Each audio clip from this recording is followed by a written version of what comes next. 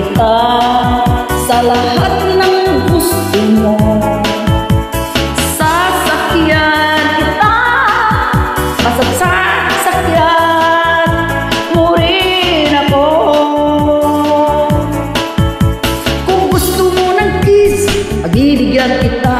Kung gusto mo ng house, sige magsawa ka. Kung gusto mo ng sex, bibilan kita. Kung gusto mo ng juice, titimpla kita. Kung gusto mo mag-relax, ipamassage kita.